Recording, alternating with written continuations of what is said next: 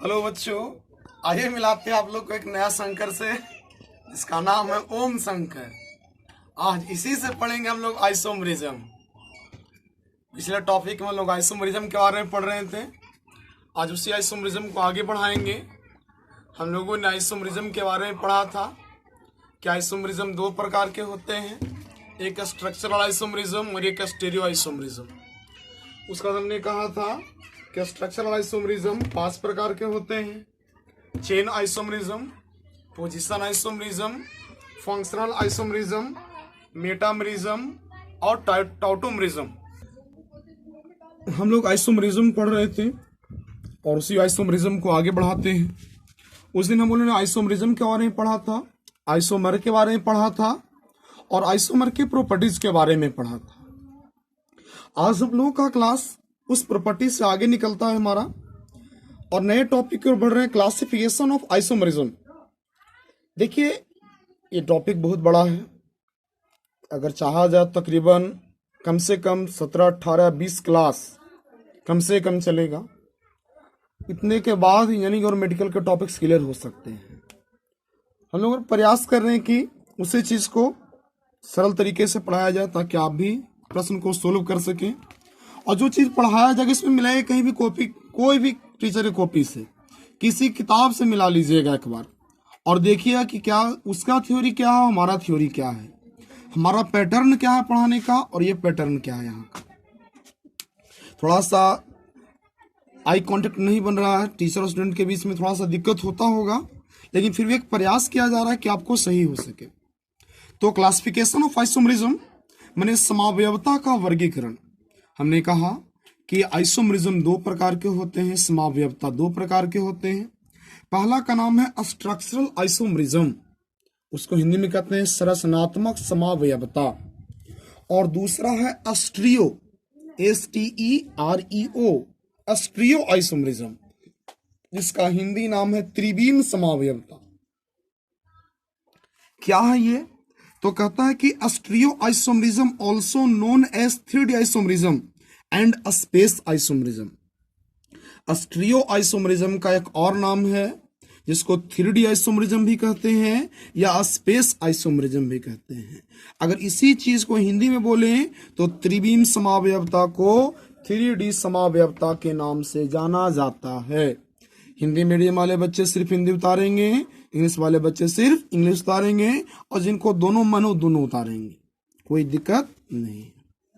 अब हम बताएं कि आइसोमरिज्म 2 प्रकार के था, एक स्ट्रक्चरल आइसोमरिज्म, एक स्टीरियो आइसोमरिज्म। तो हम लोग अब पढ़ते हैं स्ट्रक्चरल आइसोमरिज्म के बारे में, संरचनात्मक समावयवता। हम लोग केमिकल बॉन्डिंग पढ़े थे, तो केमिकल बॉन्डिंग में लोग संरचना बनाने के लिए सीखे थे, या हम लोग ऑर्गेनिक केमिस्ट्री में भी स्ट्रक्चरल फॉर्मूला लिखते थे किसी चीज का भी। तो अगर उसी स्ट्रक्चर जो हम लोग बनाते थे, जैसे अगर हम बनाते थे कि एथिल एल्कोहल है तो लिखते थे हम लोग CH3 CH2OH कर देते थे, तो यही तो स्ट्रक्चर बनाते थे हम लोग।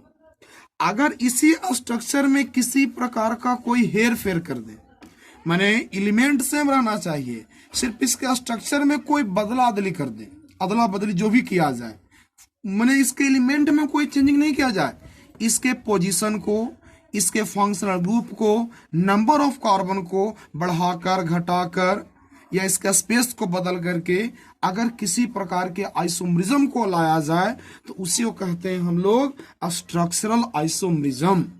इंग्लिश में क्या इसको डिफाइन करेंगे कि those isomer in which the structure are different, कहता है कि जिनका स्ट्रक्चर क्या होगा, अलग अलग होना चाहिए, डिफरेंट होना चाहिए। मीन्स मतलब क्या कि द कनेक्टिविटी ऑफ एटम, जो एटम्स के बीच में, माने जो एलिमेंट या उनके एटम्स के बीच में जो जुड़ाव होना चाहिए, जो केमिकल बॉन्डिंग में पढ़े थे, जो बॉन्डिंग बनाते थे, उस कनेक्टिविटी में अंतर आना चाहिए। ठीक, तो दो isomer in which the structure are different, माने किसी भी प्रकार के कार्बनिक यौगिकों के अगर अणुओं के संरचना में किसी प्रकार का भिन्नता आ जाए और उस भिन्नता से जो समावयवता उत्पन्न होगा, उसी समावयवता को संरचनात्मक समावयवता कहते हैं। हिंदी में क्या कहेंगे? जब कार्बनिक यौगिक जब कार्बनिक यौगिकों के अणुओं की संरचना के कारण समावयवता होती है।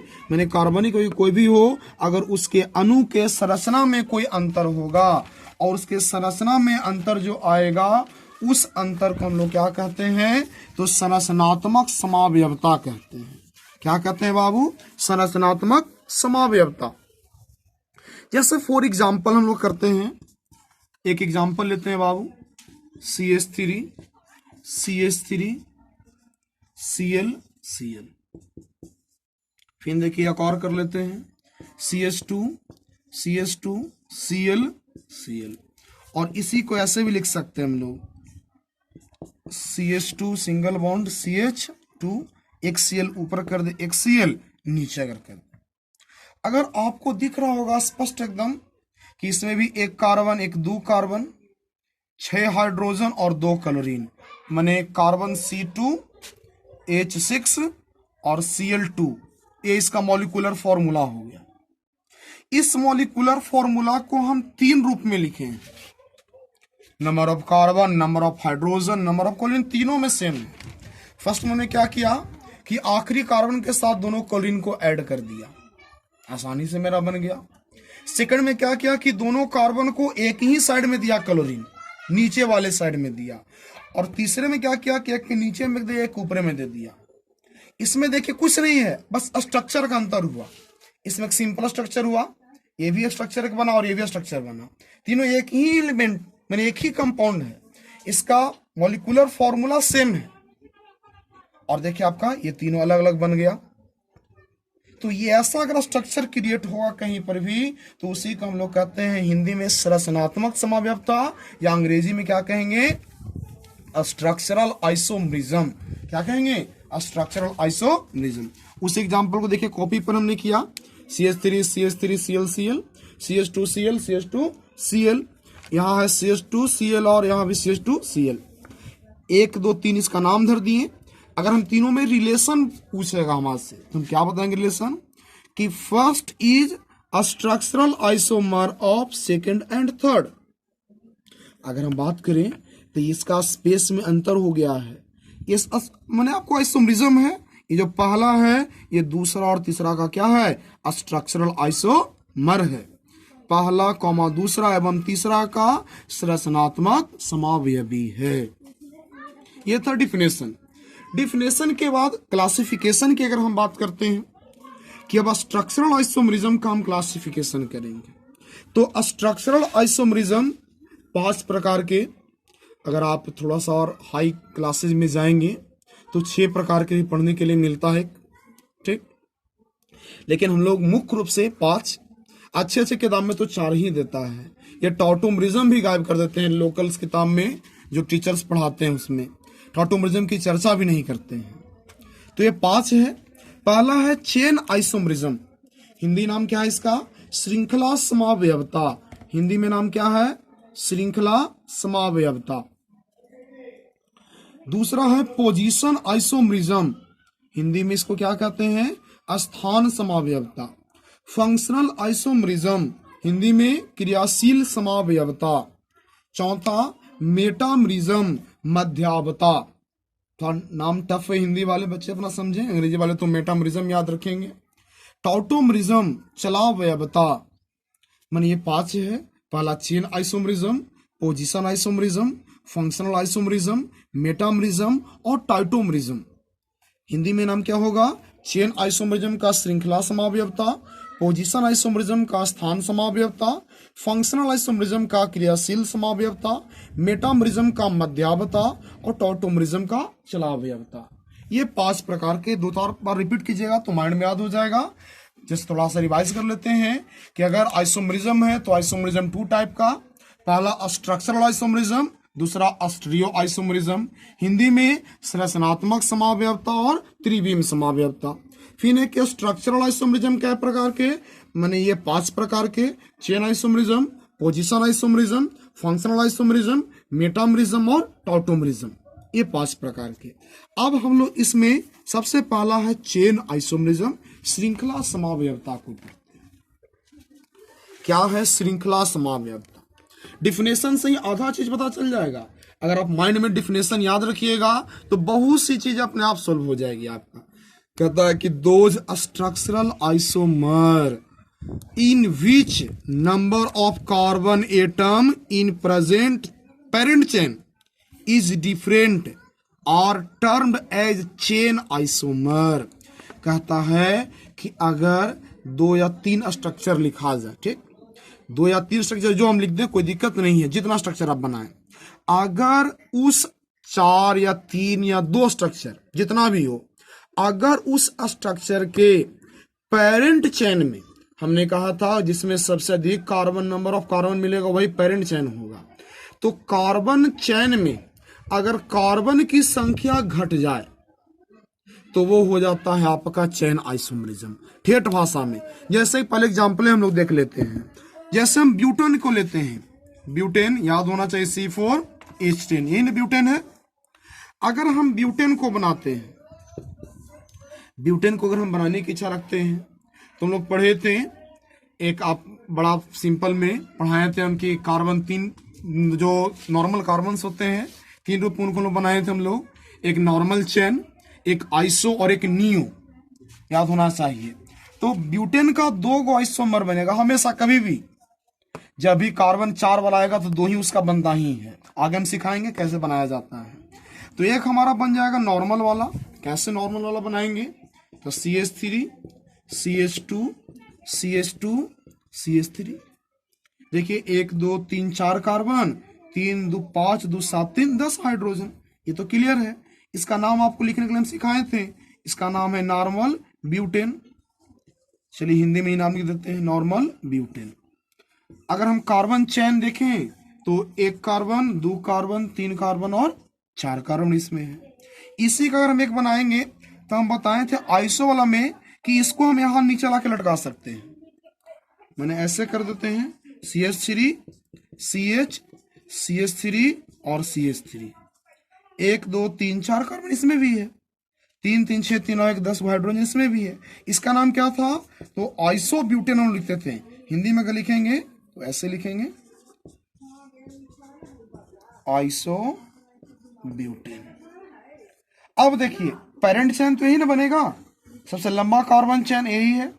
इसमें कार्बन संख्या 1 2 3, मैंने हम जो पहला और दूसरा हुआ, पहला हुआ नॉर्मल ब्यूटेन, दूसरा हुआ आइसो ब्यूटेन।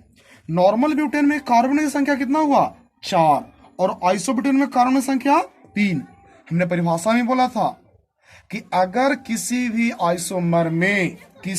आइसोमर के पेरेंट चेन में अगर नंबर ऑफ कार्बन घट बढ़ जाए, अगर इससे कोई भी आइसोमरिज्म उत्पन्न होगा, क्रिएट होगा, उसी आइसोमर को हम लोग क्या कहेंगे, आइसोमरिज्म को चेन आइसोमरिज्म। देखिए डिफिनेशन फिर से एक बार, those structural isomer in which the number of carbon की संख्या इन पेरेंट चेन प्रधान श्रृंखला में डिफरेंट माने अलग होगा, are termed as chain isomer, जिसे श्रृंखला समावयवी कहेंगे। बट लेकिन अगर इसमें फंक्शनल ग्रुप एंट्री मार दे, ये तो सिंपल था डिफिनेशन, अगर फंक्शनल ग्रुप आएगा तो फंक्शनल ग्रुप में अंतर नहीं होना चाहिए। ऐसा नहीं कि एक हम 2 मान लिया आइसोमरिज्म बनाए, 2 आइसोमर बनाए, अब 2 आइसोमर में एक आइसोमर में एल्कोहल ग्रुप हो और एक में ईथर होगा, माने एल्कोहल अलग ग्रुप है, ईथर अलग ग्रुप है। अगर दोनों अलग फंक्शनल ग्रुप होगा तो कभी वो चेन आइसोमरिज्म नहीं होगा। अच्छा चलो धोखा खा जाते हैं, यही सब चीज आता है आपको इंजीनियरिंग या मेडिकल के क्वेश्चंस में, पुट देता है, छोटा सा टॉपिक एंट्री मार देता है और बच्चे दिमाग घूम जाते हैं। बस परिभाषा याद रखता है कि कार्बन की संख्या बदल जाना चाहिए, तो कार्बन की संख्या बदलने से नहीं, अगर उसमें फंक्शनल ग्रुप आ चुका है तो फंक्शनल ग्रुप सेम होना चाहिए, तभी वो चेन आइसोमरिज्म होगा। अगर फंक्शनल ग्रुप बदल जाएगा तो फंक्शनल आइसोमरिज्म हो जाएगा, चेन आइसोमरिज्म नहीं बचेगा। हिंदी में क्या कहेंगे कि कार्बन की श्रृंखला में भिन्नता के कारण उत्पन्न होने वाली समावयवता को श्रृंखला समावयवता कहते हैं। जैसे एग्जांपल हम ले रहे हैं ब्यूटेन का, अंग्रेजी में लिख दिए, हिंदी में दोनों में कर दिए। देखिए नॉर्मल ब्यूटेन बना दिए बाबू, एन ब्यूटेन है, नॉर्मल ब्यूटेन ऐसे लिखते हैं, हिंदी अंग्रेजी दोनों कर दिए। और यहाँ पर देखिए बना दिया आइसो वाला। आइसोब्यूटेन को हम लोग नामकरण कैसे करते थे? तो पहले पेरेंट चेन बनाते थे, फिर साइड चेन को पहले, तो साइड चेन क्या नंबर पर है? 2 नंबर पर। तो 2 नंबर पर CH3 क्या कहते हैं हिंदी में? मेथिल। और 3 कार्बन चेन को प्रोपेन, तो 2 मेथिल प्रोपेन। इसी का नाम क्या है? आइसोब्यूटेन। अंग्रेजी में 2 मिथाइल ब्यूटेन या आइसोब्यूटेन।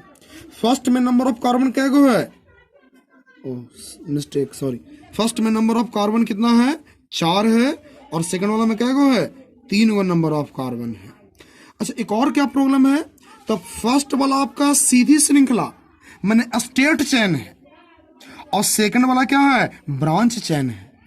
सेकंड वाला क्या है? ब्रांच चेन, शाखित श्रृंखला है। और फर्स्ट वाला सीधी श्रृंखला है। चलिए अब हम लोग क्वेश्चन बनाते हैं जो आता है मेडिकल इंजीनियरिंग के टॉपिक्स में। कहता है कि how many carbon atom, how मतलब कितने, how many carbon atom are needed, how many carbon atom are needed in alkane to show chain isomerism. माने श्रृंखला समावयवता को दिखलाने के लिए अल्केन ग्रुप में कम से कम कितने कार्बन की आवश्यकता होगी। बाकी टीचर की तरह नहीं कि खाली डिफिनेशन किया और 2 एग्जाम्पल किया और गाड़ी को आगे बढ़ा दिए। नहीं, पढ़िए तो मन से पढ़िए, नहीं तो फिर मत पढ़िए। तो क्वेश्चन है, देखिए, दिमाग लगाइए थोड़ा सा आप लोग भी। चलते हैं। जब भी आप न्यूमेरिकल्स वगैरह को एक कम बनाएंगे, बाकी को आप खुद बनाएंगे, वीडियो को पॉज कर देंगे, मैं रोक लेंगे वीडियो को और बनाने का खुद से प्रयास करेंगे। जब नहीं बनेगा तब देखना है आंसर को आगे वीडियो बढ़ा करके। ये नहीं कि वीडियो को लगातार देखते रहें। अगर आप वीडियो को लगातार देखते रह जाएंगे तो आप कभी सीख नहीं पाएंगे। और आइसोमरिज्म एक अच्छा टॉपिक है जिसको मन से सीखिए, अच्छे से पढ़िए, तब अच्छे से क्लियर हो जाएगा। चलिए, इसका हिंदी में तो नहीं लिखे, लेकिन फिर से, how many carbon atom are needed in alkane to show chain isomerism.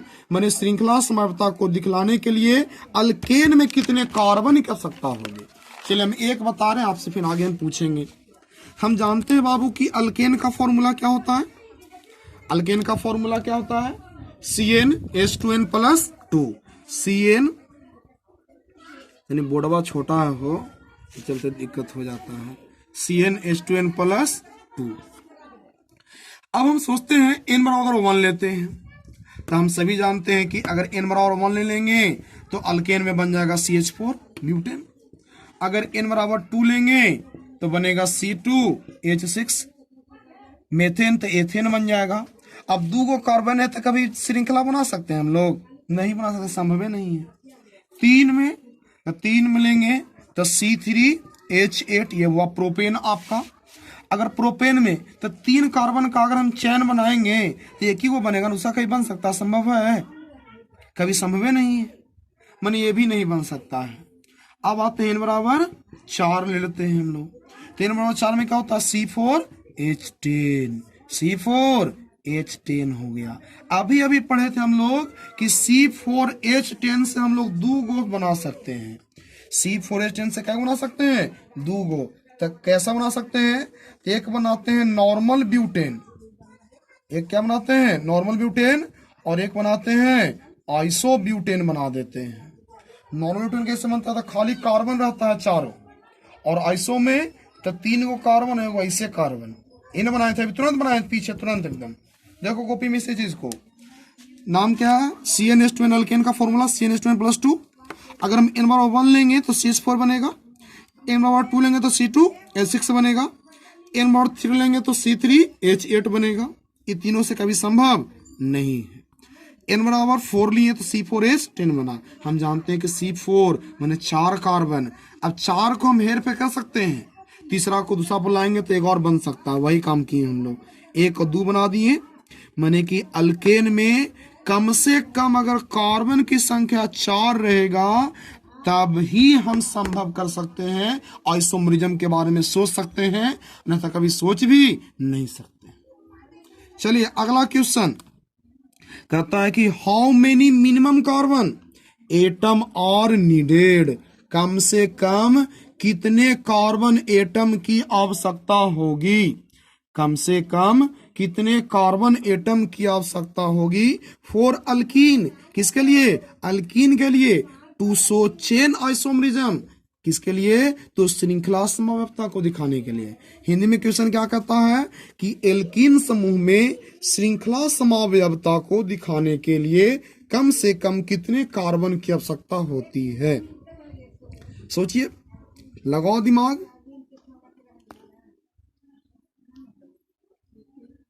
दिमाग लगाओ। अगर दिमाग लगाए होंगे तो आप लोग को हम बताए थे बहुत सिंपल कि एल्कीन का फॉर्मूला क्या होता है। हम बताए थे जोड़ो छोड़ो घटाओ। एल्कीन में आ गए तो CnH2n ही होगा। इसमें हम n बराबर 1 लेंगे तो हम जानते हैं कि अगर एल्कीन ग्रुप में n बराबर 1 लेंगे तो नॉट पॉसिबल, कभी भी कोई पॉसिबल कंपाउंड है ही नहीं, क्योंकि हम जानते हैं कि एल्कीन में डबल बॉन्ड आ जाता है। तो एक एक कार्बन में डबल बॉन्ड कहां से लेंगे? कभी संभव है? नहीं संभव है। अगर हम n बराबर 2 लेते हैं तो C2H4 बनेगा। 2 कार्बन तो हो गया, डबल बॉन्ड भी आ गया, लेकिन हम कभी आइसोमरिज्म बना नहीं सकते हैं। अगर हम n बराबर 3 ले लें, n बराबर 3 लेंगे तो C3H6, इसमें भी संभव नहीं है। संभव किस पर होगा? n बराबर 4 आने पर, क्योंकि C4H8 आया। जब 4 को कार्बन होगा तब ना तीसरा को दूसरा पर ला सकते हैं। देखिए हम बनाए हैं C4H8 माने ब्यूटीन, तो ब्यूटीन देखिए बना रहे हैं। पहला नॉर्मल ब्यूटीन बना देते हैं। हम नॉर्मल ब्यूटीन इसको नहीं लिखते हैं। हम बताए थे कि जब अगर डबल बॉन्ड आ जाएगा तो नंबरिंग उस साइड से करेंगे जने से डबल बॉन्ड पहले आता है। या भी बताए थे हम कि जब भी नॉमेनक्लेचर करेंगे तो डबल बॉन्ड के पोजीशन को दिखाते हैं, तब पेरेंट चेन के हम कार्बन को काउंट करके उसका नाम लिखते हैं। तो 4 कार्बन और एल्कीन है तो 1 2 3 4 कार्बन दे दिए, बीच वाले के पास डबल बॉन्ड कर दिए और बाकी हाइड्रोजन सेट कर दिए। 1 2 दूसरा नंबर पर क्या है? डबल बॉन्ड, तो 2 और 4 कार्बन को ब्यूटीन कर दिए। अगला में हम क्या किए कि इस कार्बन को यहाँ सेट कर दिए। देखिए CH3 डबल बॉन्ड CH2, यहाँ पर डबल बॉन्ड है तो नंबरिंग कैसे करेंगे? 1 2 3 नंबरिंग कर दिए। अब 2 पर क्या है? मेथिल। हम जानते हैं कि पहले ब्रांच का नाम लिखते हैं, तो 2 पर क्या है? मेथिल, तो 2 मेथिल। और डबल बॉन्ड कहाँ है? 1 पर, तो 1 लिख दिए। और 3 कार्बन क्या कहते हैं? प्रोपीन, तो 2 मेथिल प्रोपीन। हमारा इससे कोई मतलब नहीं है, हमको कह रहा है कि कम से कम कितना कार्बन चाहिए एल्कीन में आइसोमरिज्म को शो करने के लिए। तो कितना कार्बन चाहिए? 4 कार्बन। आंसर क्या हो गया? 4। ऐसा ही लास्ट क्वेश्चन है इसमें कि how many minimum carbon atom are needed for alkyne to show chain isomerism. कम से कम कितना कार्बन एटम चाहिए अल्काइन में श्रृंखला समावयवता को दिखाने के लिए? हिंदी में एल्काइन समूह में श्रृंखला समावयवता को दिखाने के लिए, एल्काइन समूह में श्रृंखला समावयवता को दिखाने के लिए कम से कम कितने कार्बन की आवश्यकता होती है? प्रोसेस सेम है, तो उसका क्या लिखेंगे? फॉर्मूला। तो एल्काइन में फॉर्मूला क्या होता है? CnH2n-2। n बराबर 1 लेते हैं, नॉट पॉसिबल। n बराबर 2 लेंगे तो पॉसिबल होता है। n बराबर 3 लेंगे तो पॉसिबल होगा। n बराबर 4 लेंगे तब भी पॉसिबल तो होगा कंपाउंड, लेकिन इसमें कभी संभव नहीं हो पाएगा आइसोमरिज्म। क्यों? क्योंकि ट्रिपल बॉन्ड इसमें है। अगर हम इस कार्बन के वहां लाएंगे तो ट्रिपल बॉन्ड कहां चला जाएगा? माने ट्रिपल बॉन्ड को हम पोजीशन को घसका नहीं पाएंगे। माने न 1 पर बनेगा, न 2 पर, न 3 पर, न 4 पर। तो बने कितना पर? 5 पर तो बन जाएगा। तो 5 पर से हम बना रहे हैं। देखिए, एक नॉर्मल बना दिए और एक ब्रांच बना दिए। इसमें 5 कार्बन वाला बना दिए, इसमें 4 कार्बन वाला बना दिए। माने कि एल्काइन ग्रुप में कितना चाहिए? कम से कम 5 होना चाहिए। अगर 5 नहीं होगा तो कभी संभव नहीं है। अब आइए डिफिनेशन में हम लोग नंबर ऑफ कार्बन पर ध्यान दे रहे थे। देखिए, इसमें 5 कार्बन, इसमें 4 कार्बन, मैंने चेन आइसोमरिज्म है। इसके अलावा हम बताए थे कि चेन आइसोमरिज्म में आपका फंक्शनल ग्रुप डिफरेंट होना चाहिए। सॉरी, फंक्शनल ग्रुप सेम होना चाहिए, डिफरेंट नहीं होना चाहिए। अगर डिफरेंट होगा तो वो फंक्शनल आइसोमरिज्म में चला जाएगा। एक एग्जांपल हम ले लेते हैं थोड़ा फंक्शनल ग्रुप से भी। अल्कोहल में चलते हैं। जाना पहचाना बरसों पुराना बिजली मलहम की तरह एग्जांपल है। दम ये 10 से लगातार पढ़ते आ रहे हैं, 10 में भी यही चीज है और आज भी यहाँ पढ़ना ही है। C4H10 O11, ये वाला देख, सॉरी C4H10O, O11 नहीं, C4H10O का एग्जाम्पल ले रहे हैं। द मोस्ट वीवीआई एग्जाम्पल है ये। कहीं भी दम देहात से देहात, बुचड़ देहात में चले जाओ, चाहे कितना बड़ा टाउन में, कोटा में चले जाओ, चाहे दिल्ली में चला जाओ, कहीं जाओ, एग्जाम्पल मस्ट है ये। इतना इजी एग्जाम्पल है ये। ठीक, जैसे हमने बनाया था अभी, इसका फर्स्ट एग्जाम्पल यही था हम लोगों का आइसोमरिज्म में। अब 4 कार्बन लिए, 1 2 3 4 कार्बन ले लिए।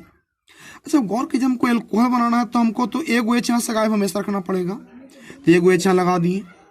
ठीक, 1 2 3 4 कार्बन के साथ OH, क्या बना ये? Normal butyl alcohol. ब्यूटाइल मैंने कि 1 2 3 4 कार्बन, OH के चलते हम लोग एल्कोहल जोड़ दिए। एन मतलब कि सीधा श्रृंखला है तो नॉर्मल बोल दिए।